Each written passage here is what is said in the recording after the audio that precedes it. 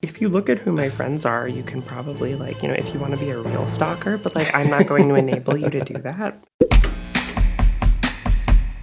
Hi, Harry. How are you? Hi, I'm great. How are you? Yeah, I'm good, thank you. So, Assassination Nation, I absolutely loved it. Yeah. I thought it was fantastic. So, it follows your character, Bex, Yes. and her three friends who are in the town called Salem, and there's a massive data hack, and everything kind of goes to shit. I mean, that's a polite way of putting it, I kind of feel. I think it's the only way to put it. My reaction to the script initially was excitement, fear, confusion. Before I read it, I was quite skeptical because here was Sam Levinson, whom I knew nothing about, writing this film about 4 teenage girls, and I was like, how could this possibly be good? I was so ready to dismiss it, but it proved me wrong, and it was so electrifying upon first read, and I knew it was the kind of thing where if it was executed well, then it could just go above and beyond.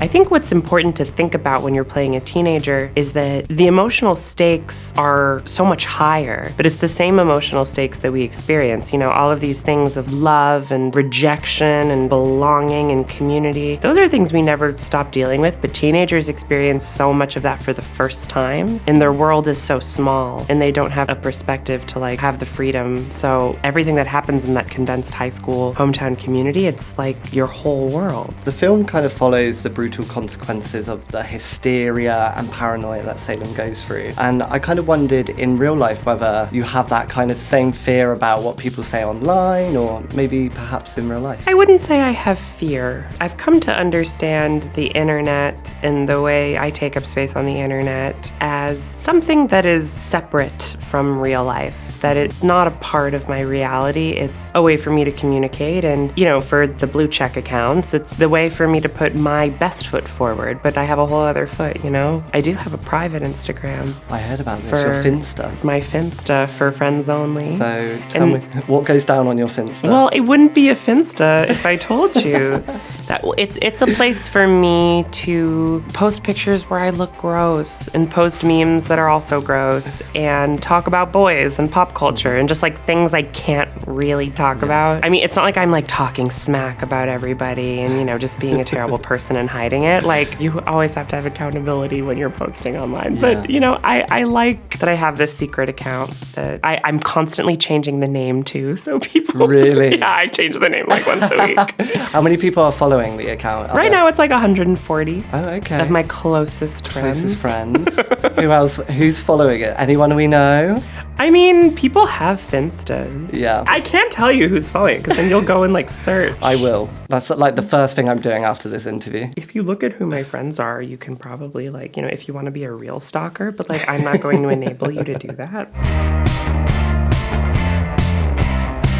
I hang out a lot with Rowan Blanchard and Amanda Stenberg. I learned so much from them, and they're 2 really close friends of mine, so I think they'd make a pretty good girl squad. But I would also probably just want Odessa, Abra, and Suki with me as an actual girl squad. I mean, the bonds that we formed were so real and so good, and things that we'll have for the rest of our lives. So I'm actually meeting Amanda tomorrow.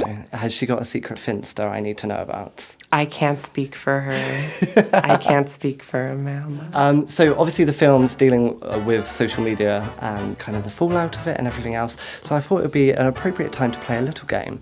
It's called Like, Block and Report. So I'm gonna tell you some common social media situations that happen to absolutely everybody, and you've got to tell me whether you would like, report, or block that person. Okay. Let's go, yeah. Okay, so the first one, you see someone subtweeting you on your timeline. How do you respond? Oh, I would like it. Would you? That's the real scary power move. I find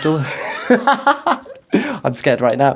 I find sometimes just liking it and leaving it, they like it and leave it. Never respond. Yeah. Just I see this. Haha. And it's funny. Goodbye. Okay, so what about your ex or an old flame watches all your Instagram stories, but never comments or messages you? Do they follow? They do follow.